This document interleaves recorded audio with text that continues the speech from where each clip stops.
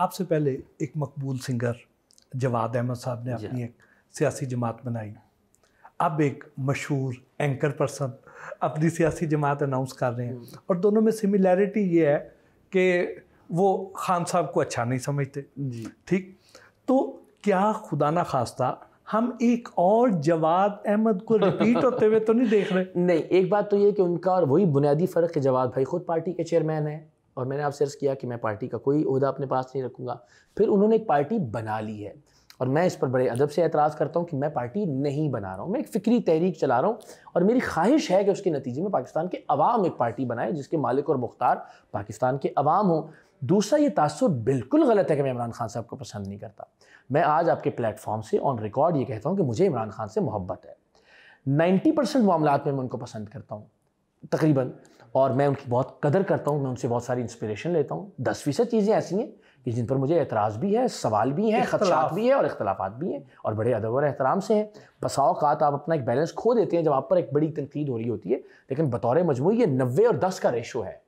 90% चीज़ों के मैं समझता हूँ उन्होंने अपनी ज़िंदगी में बहुत मेहनत की। 73 साल की स्ट्रगल है एक आदमी की। मैं कैसे ये सोच सकता हूँ कि मैं उनसे तकरीबन आधी उम्र का एक इंसान आऊँ और आके लोगों के दिलों से उनकी मोहब्बत निकाल के नफरत डालने की कोशिश करूँ? ये मुमकिन ही नहीं है। मैं समझता हूँ उन्होंने जहाँ से शुरू किया करियर, करोड़ों लोगों में से पाकिस्तान की टीम में आना एक अचीवमेंट, उस टीम का कप्तान बनना दूसरी अचीवमेंट, उस टीम को पाकिस्तान के लिए वर्ल्ड कप जितवाना तीसरी अचीवमेंट, पाकिस्तान को तारीख का सबसे खुशी वाला दिन देना, शौकत खानम बनाना, उनकी नमल बनाना एक और अचीवमेंट। पीटीआई में भी 10 चीज़ें ऐसी जो बहुत अच्छी हैं और ऐसी बहुत सारी चीज़ें जिनसे मुझे ज़ाती तौर पर इख्तलाफ भी हो सकता है, साफ़ी के तौर पर तनकीद भी करता हूँ मैं। लेकिन मैं आज भी जब निकलता हूँ, अब मैं शहर शहर जा रहा हूँ इस तहरीक के लिए, जहाँ जाता हूँ लोग फालिया गया, उन्होंने कहा जी इमरान खान साहब आए थे तो 20 लोग भी नहीं थे साथ। मैंने सोचा यार उस आदमी ने शौकत खानम के लिए भी पूरी दुनिया और पूरे मुल्क का सफ़र किया, अपनी तहरीक के लिए भी पूरी मकसद जो भी था, उन्होंने मकसद अपना एक प्राइम मिनिस्टर बनना तय किया, अपने एक आदमी ने अपनी ज़िंदगी का एक गोल सेट किया और उस गोल के लिए बहुत स्ट्रगल की और उस पर उसको शाबाश बनती है, उससे इंस्पिरेशन लेना बनता है। तो ये कैसे हो सकता है कि मैं कहूँ कि मुझे उनसे मोहब्बत नहीं है या मुझे उनसे नफरत है? लोग एक मौके पे किसी ने आके इमरान खान साहब जिंदाबाद का नारा लगाया मेरे सामने, उसकी तवक्को थी कि शायद मैं इससे चिढ़ूंगा। मैंने कहा इमरान खान बहुत ज़्यादा जिंदाबाद, मैं किसी को मुर्दाबाद नहीं करना चाहता। तो मैं ये समझता हूँ कि अब नौजवानों को या कौम को या आवाम को बहुत जिम्मेदारी डाल दी आपने खान साहब के कंधों पर। सारे काम उन्होंने तो नहीं करने, आप भी कोई मेहरबानी करें, ट्विटरों और पोस्टों से निकलें, अपनी एक ऑर्गेनाइजेशन और स्ट्रक्चर बनाए। मैं आपसे कह रहा हूँ मैं कभी ज़िंदगी में उसमें कोई ओहदा नहीं लूँगा, मेरा कोई मफाद फैसले का कोई इख्तियार उसके साथ वाबस्ता नहीं होगा। तो बिस्मिल्लाह कीजिए, आगे बढ़िए, और आप ही हो सकता है एक ऐसा स्ट्रक्चर बनाने में कामयाब हो जाए। इस वाली पीटीआई से इमरान खान रिहा नहीं होंगे।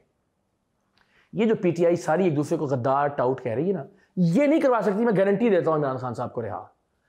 पाकिस्तान के अवाम मिलकर कोई मजबूत और मरबूत सिस्टम बना लें, स्ट्रक्चर बना लें, प्लेटफॉर्म नया बना लें, वो इस उसूल की बुनियाद पर कि किसी भी शख्स को सियासी कैदी नहीं होना चाहिए, शायद वो रिहा करवा सकें इमरान खान को। इस वाली पीटीआई से ही नहीं होगा। तो मैं कहता हूँ लोग आगे बढ़े और लोग मुंतखब होकर इलेक्टेड तरीके से, डेमोक्रेटिक तरीके से अगर खान साहब की रहेगी तहरीक चलाएं तो ज़्यादा कारगर साबित होगी वो। शायद पाकिस्तान में सियासी जमात बनाने के लिए तो अरबों खरबों की ज़रूरत पड़ती है, तो क्या इतने पैसे हैं आप? मेरे पास तो अच्छे पैसे हैं, तनख्वाह आती है, लेकिन वो इतना खर्चे हैं माशाल्लाह। 15 दिन बाद सोचते हैं कि यार ये तो चंद हज़ार ही रह गए, लाखों मिलियन आए थे अकाउंट में। नहीं, इसमें बड़ा एक ये जो सवाल आपने किया ना जी, ये सारी दुनिया इन सवालात के जवाब 200-300 साल पहले तलाश कर चुकी है कि पार्टी में कैसे फ़ंड आएगा, पार्टी में कैसे एक आम आदमी और मिडिल क्लास नौजवान भी इक्वल बुनियाद पर जो है वो इलेक्शन लड़ेगा। हमने देखा ज़ोहरान ममदानी अभी चंद दिन पहले न्यूयॉर्क जैसे ताकतवर तरीन और अहम तरीन शहर का मेयर मुंतखब हो गया, हालांकि उसके मुकाबले में डोनाल्ड ट्रंप, इलॉन मस्क खरबपति लोग थे, लेकिन चूंकि पार्टी ने उसको सपोर्ट किया। मैं आपसे एक सवाल करता हूँ, हर जगह ये सवाल करता हूँ, मैं कहता हूँ देखिए हमारी जो करंट पॉलिटिकल पार्टियां, जिनको मैं पार्टियां भी नहीं कहता, ये तो आदमी है ना, एक आदमी है बस, है तो है, नहीं तो पार्टी है ही नहीं। जद्दे भेज दो तो भी पार्टी खत्म, जेल भेज दो तो भी पार्टी खत्म। इन पार्टियों में पार्टी फंड के नाम पे करोड़ों अरबों रुपए आता है। आप भी भट्टी साहब जानते हैं कि जब आप MNA MPA का टिकट भी देते हैं किसी को, तो उसके बदले में भी पार्टी फंड के नाम पे 5-10 करोड़ तो आता है अंदर। पार्टियों को बाहर से भी फंड आता है, ओवरसीज भी भेजते हैं, बाकी कम्युनिटीज़ भी, यानी डॉलर्स, पाउंड्स और यूरोज भी आते हैं। हर पार्टी, इसका मतलब है करोड़ों अरबों रुपए का पार्टी फंड ले रही है। मेरा सवाल आपसे भी और कौम से भी ये है कि ये पार्टियां ये करोड़ों अरबों रुपए का फंड खर्च कहाँ करती हैं? जो इनके जलसे जुलूस होते हैं वो तो इनके local MNA MP ticket holder senators या मकामी वडेरा या चौधरी करवाता है। बसें भी कि पटी साहब तुसी 20 बसां लैणियां ने, चौधरी साहब तुसी 10 बसां लैणियां ने, 10,000 कीमे वाले नाल तुसी लवाने ने 20,000 देगा तू, यही होता है सर। पार्टी 1 रुपया खर्च करती है जलसे पे? नहीं सर, पार्टी के पैसे कहाँ खर्च कर रही है। ये जो अल्ले तलल्ले हैं हमारे लीडरों के, इनकी बुलेट प्रूफ गाड़ियाँ, इनके प्रोटोकॉल, इनके बुलेट प्रूफ गाड़ियों के शीशे, इनके महल्लात सैकड़ों हज़ारों एकड़ के, उस पर सारी दुनिया में जहाँ पार्टी दुकान और कारोबार नहीं होती ना, इदारा होती है, वहाँ ये पार्टी फंड लोगों पर खर्च किया जाता है। और इसीलिए आप देखिए कि बिल क्लिंटन एक यतीम बच्चा, अकेली सिंगल पेरेंट ने परवरिश की और वो अमेरिका जैसे मुल्क का प्रेसिडेंट बन गया। Barack Obama middle class, lower middle class से ताल्लुक, अमेरिका जैसे मुल्क का। जो बाइडन के बारे में पढ़िए, बिल्कुल एक इसी तरह टोनी ब्लेयर के बारे में पढ़िए, ऋषि सुनक के बारे में पढ़िए, इसी तरह हमजा यूसुफ जो स्कॉटलैंड में वज़ीर आज़म, इसी तरह सादिक खान जो लंदन के मेयर मुंतखब हो गए, एंड अगेन ज़ुहरान ममदानी। ये सारे लोग इसलिए एक्सेल करते हैं अपनी पार्टीज़ और अपने सिस्टम में कि पार्टी इनको फंड करती है। सारी दुनिया में सिस्टम मौजूद है। बरतानिया में कैंडिडेट सपोर्ट प्रोग्राम है, कनाडा में पॉलिटिकल रिबेट प्रोग्राम है, गवर्नमेंट वापस पैसे करती है आपके जो मिडिल क्लास लोग हैं उनके, जो उन्होंने खर्च किया हुआ है। जर्मनी में गवर्नमेंट जो है वो वोट शेयर की बुनियाद पे ग्रांट देती है मुख्तलिफ पार्टियों को कि अगर आपने 4 मिलियन वोट लिए तो हर वोट का लेट्स से 1 यूरो मिलेगा आपको, और वो आप खर्च करेंगे अपने मिडिल क्लास के लोगों के ऊपर। हुकूमतें पैसे देती हैं वोट शेयर की। So this is very much possible, बहुत प्रैक्टिकल है। फैसला ये करना है कि एक तो ये कि मेरा इक़्तिदार एक आदमी का नहीं, दूसरा ये कि दुकान नहीं, कारोबार नहीं किसी आदमी का या किसी एक ख़ानदान का। ये हो जाएगा तो ठीक हो जाएगा। ये सारे सवालों के जवाब दुनिया 200-300 साल पहले तलाश कर चुकी है। हमने सिर्फ उनको ज़हन खुला रख के ज़रा थोड़ा सा अडॉप्ट करना है। आपके बारे में ये तासुर भी पाया जाता है, एक राय ये भी है कि इकरारुल हसन साहब को लॉन्च किया जा रहा है, आप क्या कहते हैं? देखिए, उसूल तो ये है कि जो भी कोई इल्ज़ाम लगाता है ये उसकी ज़िम्मेदारी है कि वो उस इल्ज़ाम को साबित करे। मेरा 20 साल का करियर पूरी कौम के सामने है, मेरे ट्वीट्स मौजूद हैं, मेरी वीडियोस मौजूद हैं, मेरे वीलॉग्स हैं, मेरे प्रोग्राम्स हैं, ट्रांसमिशंस हैं, सबकी रिकॉर्डिंग्स मौजूद हैं। समाजी तरह का प्रोग्राम करता हूँ सोशल वर्क के ऊपर, उसका कोई ताल्लुक ही नहीं था गेट नंबर 4 से या किसी भी और उससे। ये वो नैरेटिव है जो पार्टी कह रही है, वो खुद अपने हर बंदे को ये कह रही है।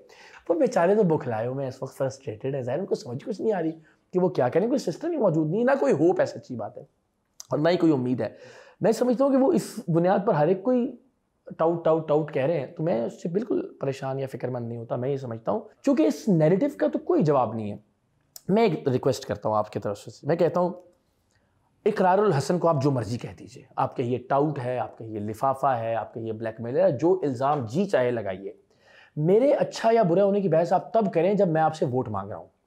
फिर आप डिस्कस करें कि यार बंदा ठीक है या बंदा बुरा है, इन्हें वोट देना चाहिए या नहीं देना चाहिए। जब एक आदमी कुरान पे हाथ रख के आपसे कह रहा है, हलफ दे रहा है कि मैं ज़िंदगी में कोई ओहदा ना लूँगा ना मांगूंगा, तो फिर मैं अच्छा हूँ बुरा हूँ, ये तो इर्रेलेवेंट बात हो गई। फिर तो आप ये देखें कि वो क्या बात है जो मैं कह रहा हूँ। यानी मैं दुनिया का बुरा तरीन इंसान भी हूँ, तो मैं तो वज़ीर आज़म का उम्मीदवार ही नहीं हूँ, मैं तो कोई ओहदा मांग ही नहीं रहा। आप अच्छे हैं, आप मुहिब्बे वतन हैं, आप दयानतदार हैं, आप आएँ आगे, आप लीड करें मुल्क को, आप कौम को। ये तो बुनियादी बात है। तो ये जो हमारे मुखालिफ हैं, ये अपनी तवानाई और एनर्जी गलत जगह पे सर्व कर रहे हैं। और ये जो पार्टी है, ये कब लॉन्च होगी? नहीं, मुझे लगता है मैं अभी तो तहरीक है, अभी हैरानी की बात है हमने इस तहरीक का भी कोई नाम नहीं रखा। आप सोचिए अभी जो है ना, वो हमने कोई रजिस्ट्रेशन का तरीक़ाकार भी नहीं बनाया, कोई वेबसाइट, कोई और कोई फॉर्म बना, कुछ भी नहीं। तो पाकिस्तान में इतना तहलका मचा हुआ है, तो आप सोचिए कि इसका मतलब है कि कुछ ऐवान और कुछ शख्सियात और कुछ दुकानें और कुछ कारोबार तो लर्जा बरंदाम हैं, फ़िक्रमंद तो हैं। इसका मतलब उनको लग तो रहा है कि कुछ तब्दीली आएगी। तो अभी हम इस तहरीक को एक नाम देंगे, इसके नतीजे में फिर पूरे पाकिस्तान में मैं विज़िट करूँगा, हम कन्वेंशंस रखेंगे यूनिवर्सिटीज़ में, कॉलेजेस में, और फिर रजिस्ट्रेशन का एक तरीक़ाकार वज़ा करेंगे। वो एक एप्लीकेशन के थ्रू होगा, वेबसाइट के थ्रू होगा, SMS के थ्रू होगा, फिर लोकल कैंप्स लगेंगे जिसमें फॉर्म्स और वो। फिर उसके बाद जब रजिस्ट्रेशन की एक तादाद हमारे पास अच्छी खासी हो जाएगी, फिर उस वक्त मेरी ये ख्वाहिश होगी कि हम कोई एक बोर्ड बना लें